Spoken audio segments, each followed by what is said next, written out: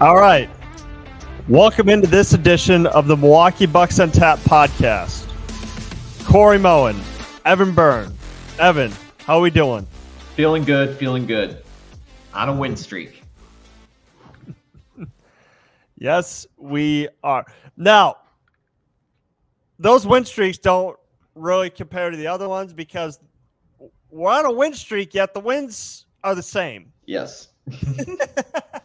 The wins are the same. So we're going to pop right into it. Milwaukee had a game last Monday against the Chicago Bulls. Barn burner, Evan.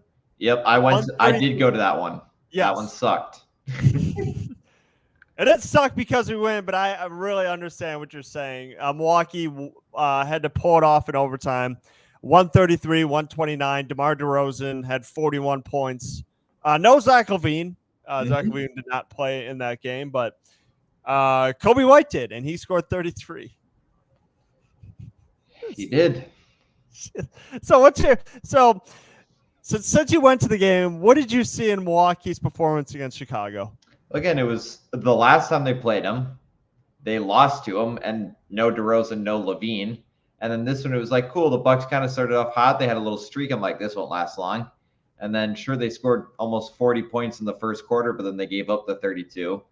And then same in the second quarter. They scored 37, but gave up 33. So, again, it's very close in the first half. And then you only score 17 in the third quarter, and things were slowly starting to fall away. But it was just a game where Giannis was doing Giannis things, and everyone was scoring, but they just gave up so many points to DeRozan, so many points to Kobe White, where it's at the end of the day, they just couldn't miss. DeRozan had 3 3-pointers, which really pissed me off because he's not a 3-point shooter. He's like a career 29 3-point shooter. And he went 3 for 6. You know, his mid-range game is still strong to this day. He was a Bucks killer in Toronto, and he will always be that. But yeah, Kobe White just kind of came out of nowhere. He's doing really well, though, in the last few games, so I can't really hate on it. In the last few games, he's shooting like over 50% from 3, scoring, averaging like 28 to 30 points. So it's one of those things where it's unexpected, but it's just one of those guys where you just don't want it to happen to your team. He's like kind of like Duncan Robinson, where they had a really hot start and then they just disappeared, and now they're slowly starting to resurface. But yeah, just a really good overall game. But I did kind of see, though, a vintage Tony Snell performance. I forgot the guy's name. Is it Ayo? Is that his name? Ayo Dosunmu. Yeah, a little cardio game. 0 points, 0 rebounds, 0 assists. Didn't make a shot. Just running cardio. So I didn't get to see that, though. But yeah, overall, again, just a really good game from Giannis. 30-point game, 32-point game, 9 of 13. But just, again, one of those games where you should have just won by 15. Double digits at least. Should not have gone to overtime and win by 4. That pissed me off. And look, I think we're going to have a lot of games like that this year. Like, I think a lot of those games are going to be upcoming where Milwaukee's going to win, but it's like, I still don't feel good about this win. But at what cost, yeah. But at what cost? Exactly. And I've said this before, that it feels like a lot of Milwaukee's games this year have just been all-star game scores. Mm-hmm. Where, you know, the scores have been like 136 to 130, or the game the other night, 133 to 129. Like, it's ridiculously high scoring. And if you want to use the excuse, well, that's how the rest of the NBA scores. No, it's not.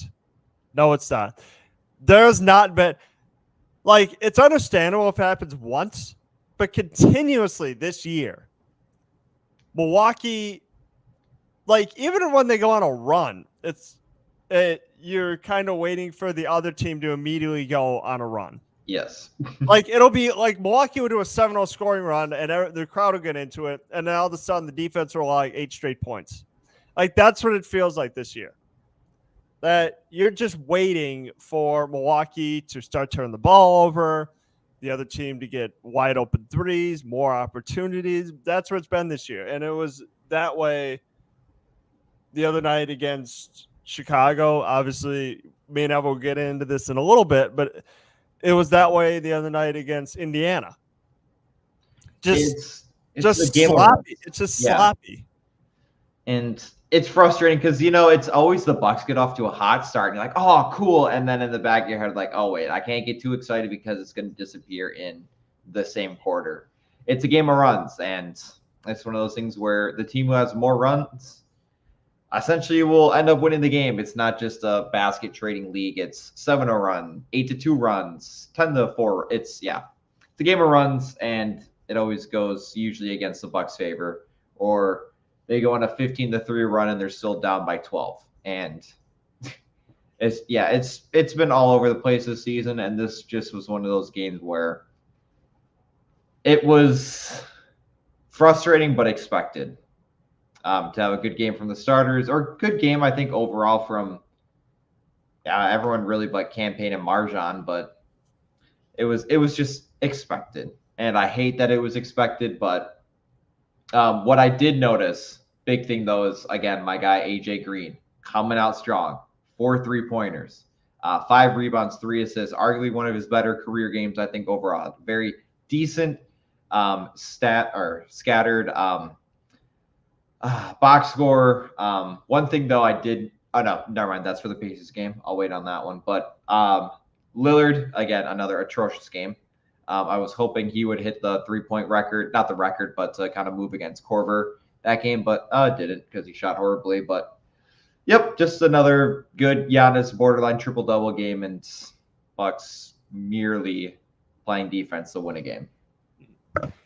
And the other frustrating part of that is the shot to send the game to overtime from DeRozan. Like, there was no resistance there. Like, that was that was not a difficult shot for him to take. And if I'm Adrian Griffin, okay, and right now the guy has over 30 points and he's going to take the final shot, why didn't he double team him? Like, where's the double team? You know where the ball is going.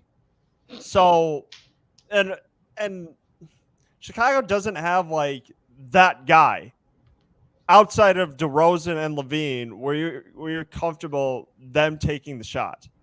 So if they knew where the ball was going, why didn't they blitz him? Why was there no double team?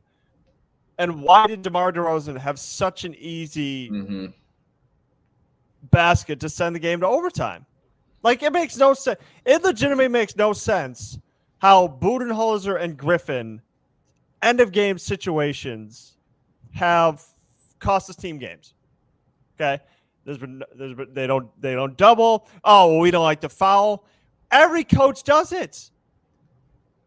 There is no excuse for not fouling or not in that situation doubling the best player.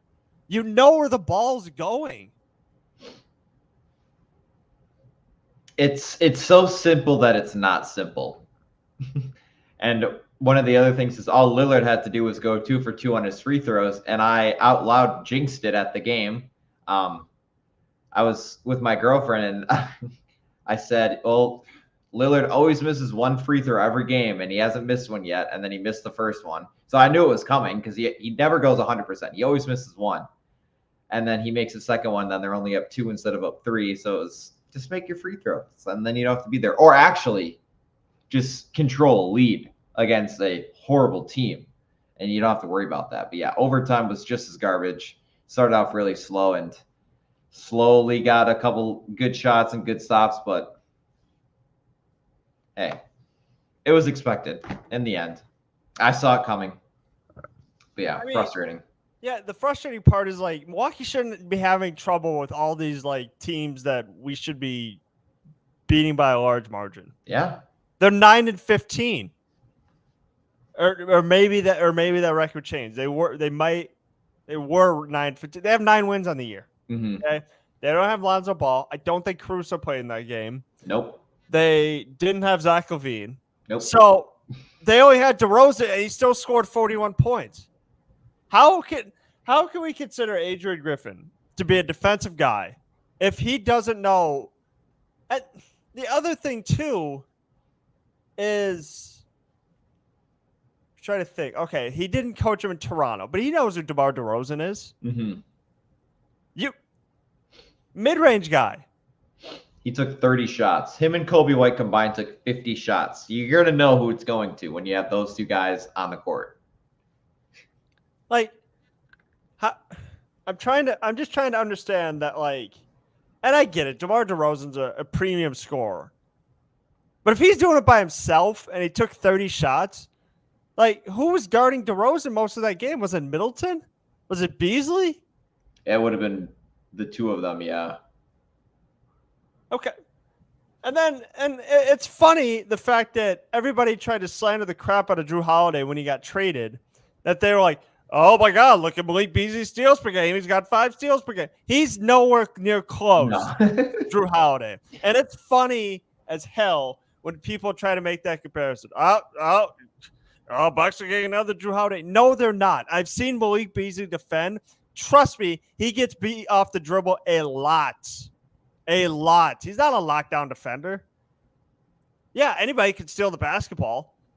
But does Malik Beasley have an impact on the game defensively? No, he doesn't. No, he doesn't. Drew Holiday doesn't have a viral moment of him getting lost in the sauce like Malik Beasley does.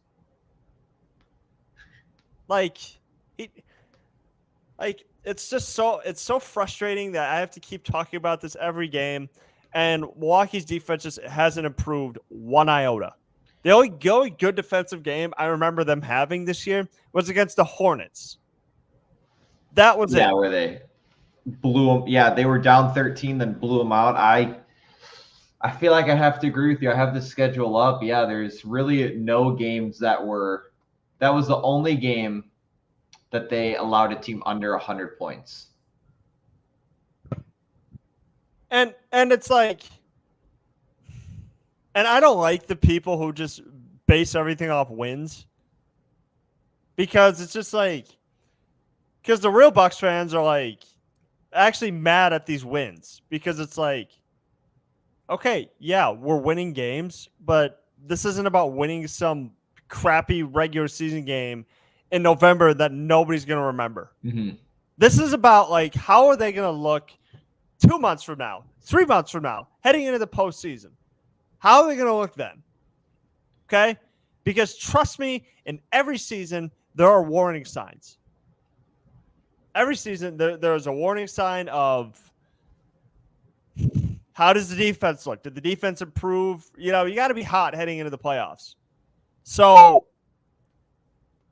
you know, is Milwaukee still going to look like this after Christmas? 2 months from now? 3 months from now?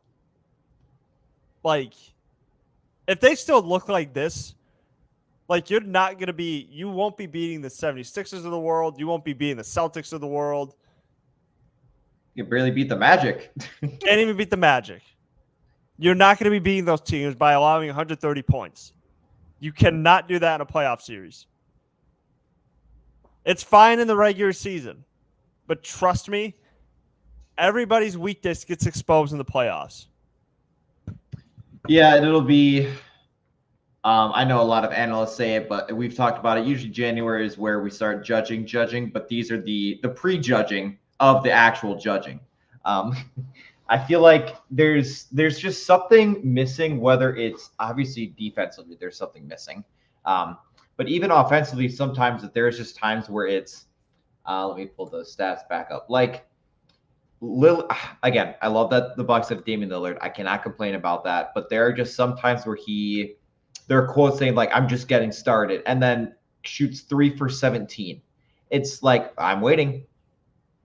And then people say, oh, he's had really good games this year. But it's like, but then he does that. He has 14 points. And he shoots 3 of 17, 2 of 7 for 9. Listening to the Pacers game, Marcus Johnson had a good quote stating, so he needed 2 3-pointers in the Pacers game too. One to tie Kyle Korver, and then 2 to take the lead for 5th all time. And he took a shot that wasn't a good one. And Marcus Johnson said he kept hunting for threes. Like, you can't hunt for threes. You got to be shooting the ones that you know make sense. Don't keep trying to break this record, or you're at this point, or don't take the shot just to take the shot. I would rather have him shoot 2 for 4 than 2 of 9 and hope that 2 more go in. I don't know. It's really bad. And even in the Pacers game too, he did not shoot as well, and it's so inconsistent, and it's starting to get frustrating because you get this guy to score offensively for you, and then he just shits the bed, and he scores 11 points off of free throws, and it's sure he made 3 baskets and ended with 18 points, but over half of them were free throws, and I don't know. I think that's my frustrating thing just with them overall is their offense is so inconsistent, and the play, not I guess overall, but there are so players who are so inconsistent that it's not like it's having a huge effect on some of these games, but they could easily have won had that person not just shot horribly. Obviously, it's going to happen because not every player is perfect. But when you're a Damian Lillard caliber player and you are literally Damian Lillard and you're consistently shooting dates in March where it's your 3 of 17 or 3 of 18, it's not good, and it can't continue. It will continue, but it's one of those things where we gotta be better on that. Yeah, and my other question too is like sometimes I question if they're actually running an offense, or if they're just kind of getting by on talent alone. Ooh. Like, are they like how the Nets ran their offense last year under Steve Nash? Mm-hmm. Like where it came out that we didn't really have plays, we just kind of just freelanced. Like, does it feel like Milwaukee's like doing that sometimes, where it doesn't feel as cohesive as it should be? Sometimes I think that where it's like you don't see it like as obviously we don't know the plays that the Bucks run because we don't know what types of plays they're doing. But when you look on there, sometimes it just kind of looks like they're just dribbling around it, hoping someone's open or they can take a shot. But yeah, I feel like that's not necessarily like a hot take. I feel like it could definitely be a reason, maybe not run the whole game, but for good chunks of the game earlier on in the game, just kind of hope the ball goes in somehow or they find a guy open. But it wouldn't surprise me if that was an actual thing that they're doing is, all right, go out there and score, like go team kind of thing. But I'm not opposed to believing that either. And the reason why I asked that is because I remember the clip from a few weeks ago, or maybe a couple weeks ago, against the Pacers in the in-season tournament, where Indiana made their comeback, and Middleton and Lillard, and they didn't know what to do. Like they didn't know what play to run. Like it just felt like the end of that game situation, they didn't have like a set play that they could go to. Like everybody was standing around like confused. And that's kind of sometimes why I wonder if they're just kind of like, we don't really know what to run. So here, Giannis, just make something happen. Mm-hmm. And I get it. Like Malik Beasley's had stretches of good games, or Lopez, but just once in a while, especially against these good teams where it's like, maybe they're overly relying on Lillard and Giannis to make something happen. Yeah, because most games when you're looking at the scorecard and you're seeing Giannis is consistently scoring 30 points. What is he average? I think he's averaging 30 some now. He's averaging 32 now. And I know earlier he was kind of like a 27, 28 kind of guy, but I feel like a lot of the shooting or the scoring load is kind of put on him and Lillard now. And even Lillard's not even, I was kind of expecting Lillard to average just as much or more than Giannis this season. He's averaging around at the 0.2, but he's averaging 7 less points than Giannis, which kind of surprised me. But I just feel like Giannis is going to score, and if he doesn't, let's hope you guys do it. Because the scoring streak, I think, of Giannis with 30-plus points on 60% shooting is like some streak that he has right now, and we're so reliant on him that no one else is really picking up a scoring spree or just a game where it's, Giannis does have to score 30-plus to win. We could rely on Brooks scoring 15 and Lillard having 25 and Chris maybe scores 15 or to 17, but I just feel like it's Giannis heavy again. And it wasn't like that a little while ago this season, but I feel like the last few weeks have just been Giannis, Giannis, Giannis, Giannis.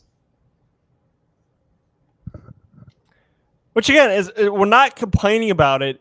It's just like to win a championship, okay, you can't just rely on one guy to carry the bulk of the scoring load and everybody else is kind of like, oh, let me sit back and relax. The only time that actually worked, okay, and I don't think this would ever happen again, is LeBron James in the 2007 Cleveland Cavaliers, where he took a dog shit team to the NBA Finals. That won't happen again. Guarantee you that. That's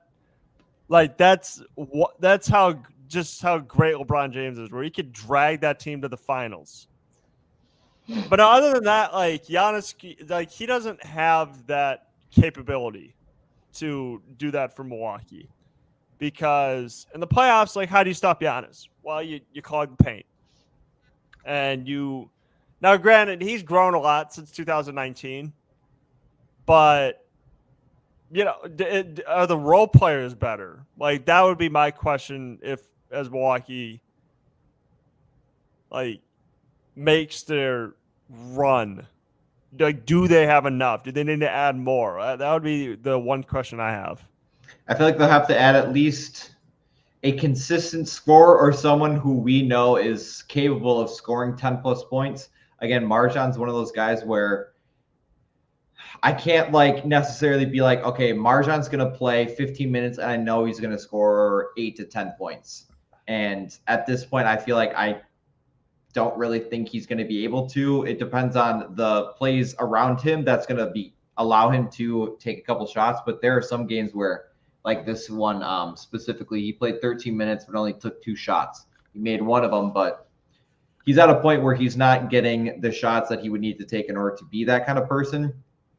And I feel like AJ Green would have to be one of the dark horse guys too, because obviously Campaign, I feel like, is a hit or miss guy. He can either score 15 plus or he'll score less than 5.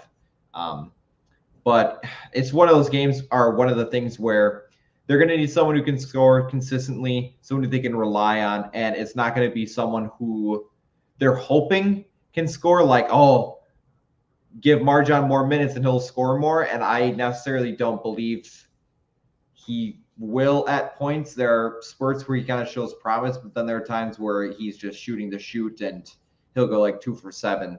But they need, I feel like they're going to have to add one more person, either strictly for offense or strictly for defense. Otherwise, something will have to be adjusted in order to kind of pick up the slack on certain areas. But yeah, if they're going to make a trade, it's going to have to be, you are here just to do defense, or you are here just to score when you have the ball.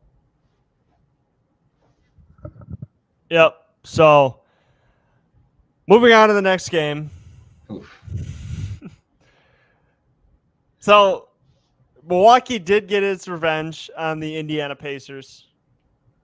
I already forgot the final score of that game was like 146 to 129 or something. 140 to 126. 140 to 126. So another high-scoring game. For kind of looking at the box score here, Tyrese Halliburton, who cooked Milwaukee in the play-in tournament, had 22 points. Miles Turner had 22. Those two aren't the main story, Evan. No, I feel like something else happened. Giannis Antetokounmpo had a franchise record 64 points, surpassing the previous mark set by Michael Redd's 58? 57. 57. Giannis, okay. Yep, Giannis got to 58, and then they took him out for the reserves. And then when the reserves choked that like big lead, and then it was a close game, then Giannis got to 64. But yeah, it was Michael Redd 57. Michael Redd 57 in 2006. I believe it was against the Chicago Bulls. Sure. And Yeah, Chicago Bulls, because I remember it was either the Bulls or the Jazz. I forgot who the teams were. I know there was a game where Michael Redd and Ben Gordon were both like cooking. So that detail is around, and then Dame obviously at 21. So Yes.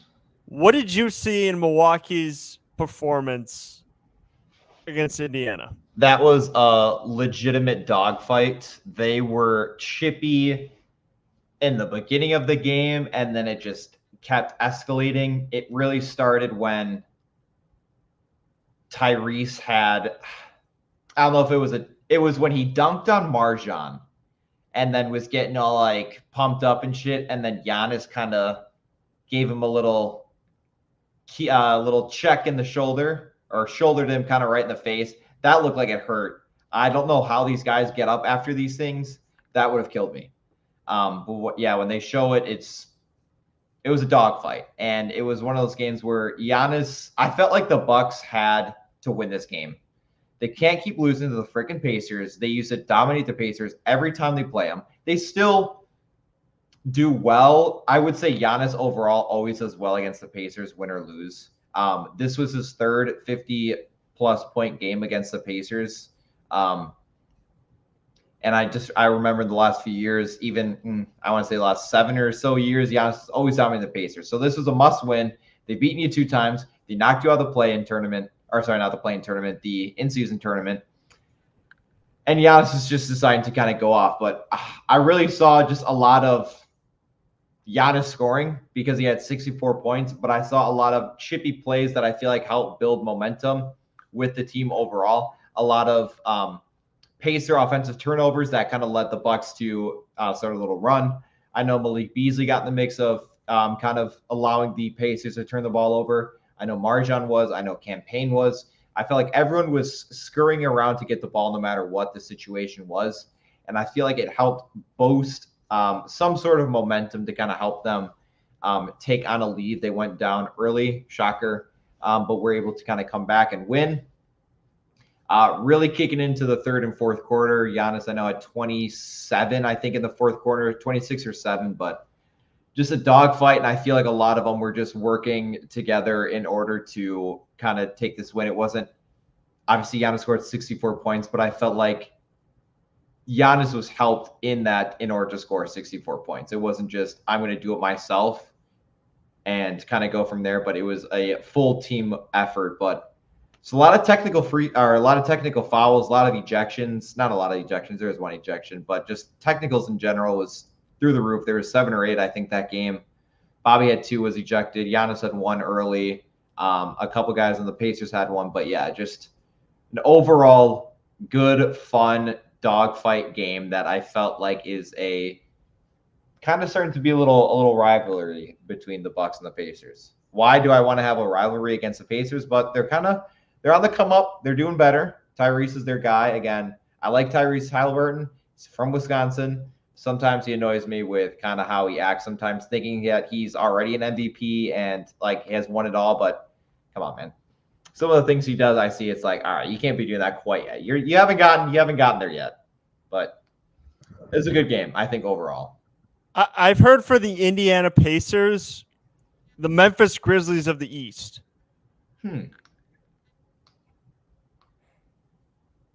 Now, I don't necessarily agree with that, and here's why. Because here's the thing. So I think it's painfully obvious that these two teams really don't like each other. But, the Pacers, they're not saying anything in the media that would qualify what the Grizzlies said. Like, John Morant literally gave an ESPN interview with Malika Andrews and was like, oh, no, we fine in the West. Dylan Brooks, when he ran his mouth. So, like, there's a complete difference between being chippy in a basketball game and actually thinking you're really, really good. Is really everybody in the Indiana Pacers just underdogs? I would say. Miles Turner's in trade rumors every year. Mm-hmm. Tyrese Halliburton's underrated. Benedict Mathurin, he's really good. So, I wouldn't say they're the Memphis Grizzlies of the East, but let's just say this: if these two teams were to face off in a playoff series, get your popcorn ready because it's going to be a dogfight 7-game series. I feel like there's just obviously for those listening, if you didn't know what happened about the end of the game, but it started early and just escalated so quickly. And I feel like, again, like how you said, they don't like each other. Clearly they don't. It's there are, whether it was this game and just games in the past of Tyrese trying to be like Dame and doing the Dame time celebration and then loses in the in-season tournament. Like if you're going to do someone else's celebration, you have to win it all then. That's like Aaron Rodgers. If you do the discount double check, you got to win the game. And every time someone does that in his face, he'll blow it up and he'll win. He'll destroy you. But yeah, I feel like one of the big things that I took away from this game, what obviously Giannis scoring 64 points, but I think one of the big things was Bobby. He got ejected. He stood up, though, for his teammates. Again, it's one of those things where he was getting really chippy, but I like that mentality about him. I think it's important to have someone on your team that's willing to fight for your top guy.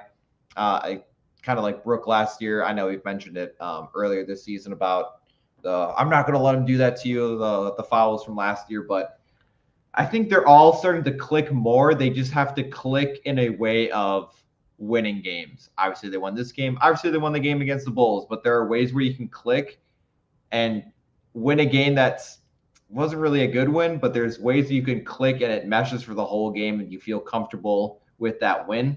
Now, I don't want that to be a thing in Giannis having to score 50-plus points every game and have that be that way, but I feel like in the end,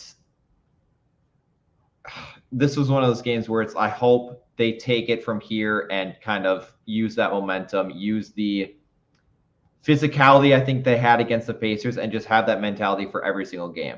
Stop thinking that the Pistons you're just going to blow them out because you almost lost them. They only have 3 wins. You play them next. It's one of those things where you have to play these teams thinking that they are going to, if you lose, like it's like one of those things where you have to think this is your last game. And I feel like they don't do that for a lot of games, and that leads them to either scraping out a win that they should not have won or just losing to a poverty franchise. And I wish they could just have the mentality of we need to win this game, otherwise we're out. Because I feel like some of those things help them a lot, and we'll see. But yeah, that's my main take. I do think one of the big things was Giannis shot 32 free throws, which is insane. They shot 48 total. Giannis shot 32, and the next highest was 9 for Lillard. He deserves all the free throws that he gets just because he's going at the hoop, but that kind of caught me off guard because I was really only able to watch the end of the game live, and when I saw that threw me for a loop. Hey, but he made 24 of them. He didn't shoot 34 and only made 11. All right, let's get to the other incident that happened in this game. What happened? I don't know. Yeah, I wonder what happened. So the quick backstory to this is that after the game was completed, okay, there is a video out there. There was a video out there. One of the Indiana Pacers assistant coaches just grabs the ball. Why, you might ask? So, allegedly, it was Oscar Tshiebwe's first career point. Okay? The reason why I say allegedly is because it actually wasn't his first career point. He actually scored his first career point on December 9th against the Los Angeles Lakers. His one and only point. So, Pacers coach grabs the ball. Giannis is pissed, rightfully so, because it's like, dude, I just scored 64 points. Like, I deserve the game ball. It's on my home court. So there was a big stink. Yeah, there's a lot of conversations going on after the game between Chris Middleton and the assistant coach Lloyd Pierce. Mm-hmm. Tyrese Halliburton was there, and Giannis beelines for the Pacers tunnel to try to retrieve the ball. And then Marjan, I know, followed. I know there was about 3 guys that followed Giannis, like 2 or 3 guys. And he didn't get the ball back. He ran back out on the court. Him and Halliburton and Lloyd Pierce are getting into it. Okay. And meanwhile, so they cut to black. We didn't really know what happened. So to kind of fill in the rest of the story, Rick Carlisle has a press conference where he said what I just said, where, well, I mean, we weren't really thinking about Giannis's career high franchise record game. Like it was Oscar Tshiebwe's first career point. And I'm like, first of all, I honestly, this is going to sound stupid. I did not know they gave the game ball to players in their first career point. I knew they did that for baseball, but obviously you don't see that for basketball. Like it's less talked about, but apparently that's what they do. Okay, fine. But I feel like Rick Carlisle broke one of the unwritten rules, which is if you're on your home court, you're getting the game ball. Like if Oscar Tshiebwe did this in Indianapolis, Indiana, wherever, if he did it there, you could understand, all right, well, he deserves a game ball. But on the Bucks home court, there's certain rules you have to follow. He scored 64 points, and they're on Milwaukee's home court. I would expect Giannis to get the game ball. And even Shaq said the same thing, where he said, if you're out in your home court, you should get the game ball. So there's that. Yeah. I did see that. I didn't know this was a thing, but supposedly every game but in the in-season tournament but the championship game, your points count for your career. So he scored, but he didn't it didn't count it. I don't know. I think that's kind of a weird rule. I don't know if it's just because they play technically an extra game than everyone else that they don't, but it's still one of those things where the Pacers, knew what they were doing with this whole situation. They're pissed off that they lost, and they're trying to make something about it. And I'm not being a biased Bucks fan. I would back any team that had a player on their home team score a franchise record and career high and didn't get the ball. I would be pissed for any other player. Any team, it could be a team that it could be the 76ers or the Celtics. I hate those teams so much, but it's one of those things where if that player doesn't get what they were hoping they would get because of what they just did compared to this guy who probably is going to be a nobody or it's not going to be some all-star MVP. He could, and I could eat my words that I'm saying right now in a few years, but realistically thinking, I don't know. It's one of those things where it's it's out of my obviously I can't do anything about it, and it doesn't have an effect on me at all because I didn't score and I don't have the ball. But it's one of those things where they knew what they were doing. They're being scummy about it. I saw videos of the audio of the tunnel and into the Pacers locker room, and you can hear Miles Turner go, "Don't give him that ball. Don't give him that ball." I don't know. It's just scummy. It's just so unneeded. I don't know. I think it's stupid. And a lot of people in the comments I know were kind of agreeing with Giannis more, even how he was acting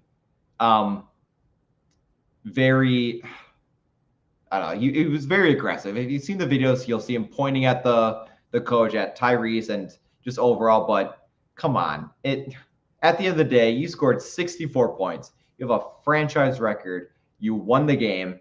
It's your court, and you don't have that ball in your hand. It just doesn't make any sense. Yeah.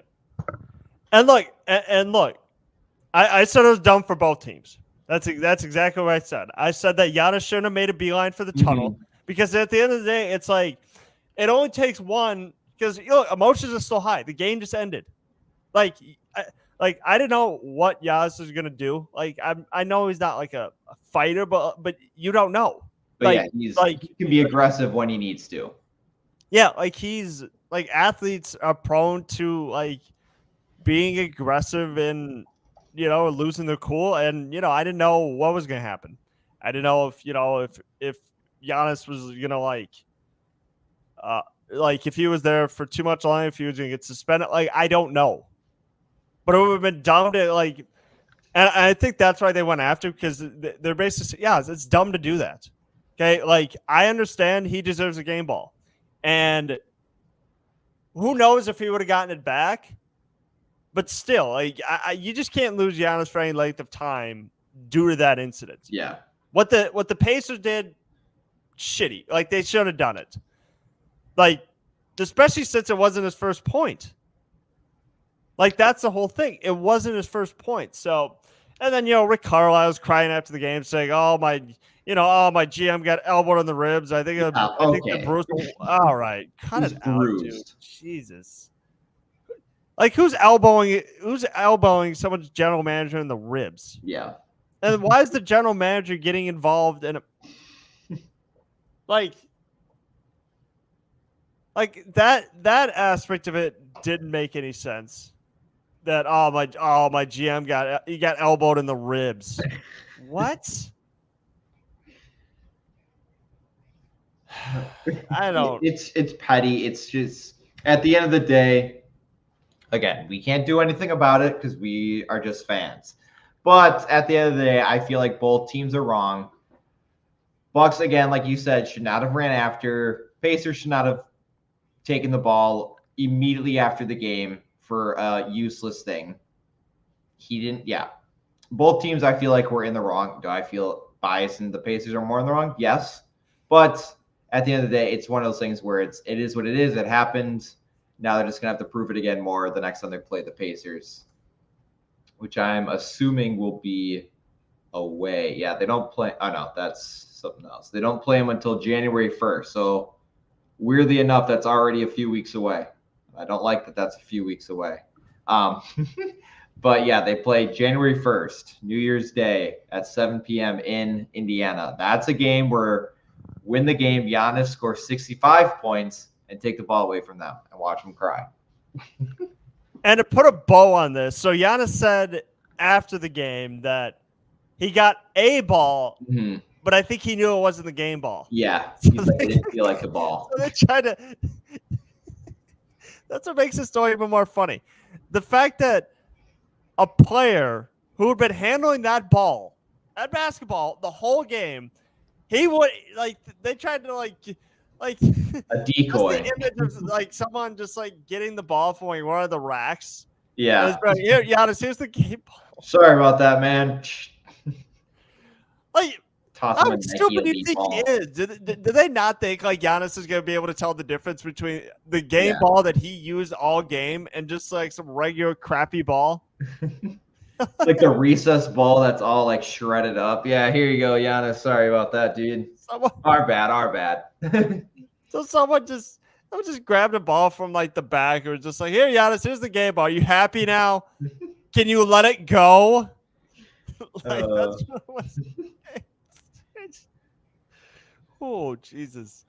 That's funny. The fact that, like a staffer was just like, here, Giannis, there's the game ball. What? This doesn't feel like it. Well, now it is. Yep, it is. Because we said it is. Golly. Evan, you got anything else? No. Again, tomorrow, the 16th, the Bucks play the Pistons. Again, they're still on their homestand, 6 games. So they're 2 out of the way. So they got Pistons tomorrow for Saturday, and then a back-to-back on Sunday against Houston at 6 p.m. And they play Tuesday against the Spurs. So Wembanyama will be here. But they got 3 games in 4 days. So that'll be a little jam-packed week. Then they play the Magic on Thursday, which, again, I will be going to that game as well. Yep, and I will be there, too, with my family. So Be exciting. So Yeah, I'm obviously, excited. like Evan said, you said 3 games in 4 days. Yep. So tomorrow, Sunday, and then Tuesday, and then they'll play again on Thursday. So you can keep adding the days and the amount of games that they play. But yeah, 3 games in the next 4 days, starting tomorrow. Yep, and obviously me and Evan will be there to bring you all that action. So thank you guys for tuning in to the Milwaukee Bucks on Tap podcast, and we'll see you guys next week.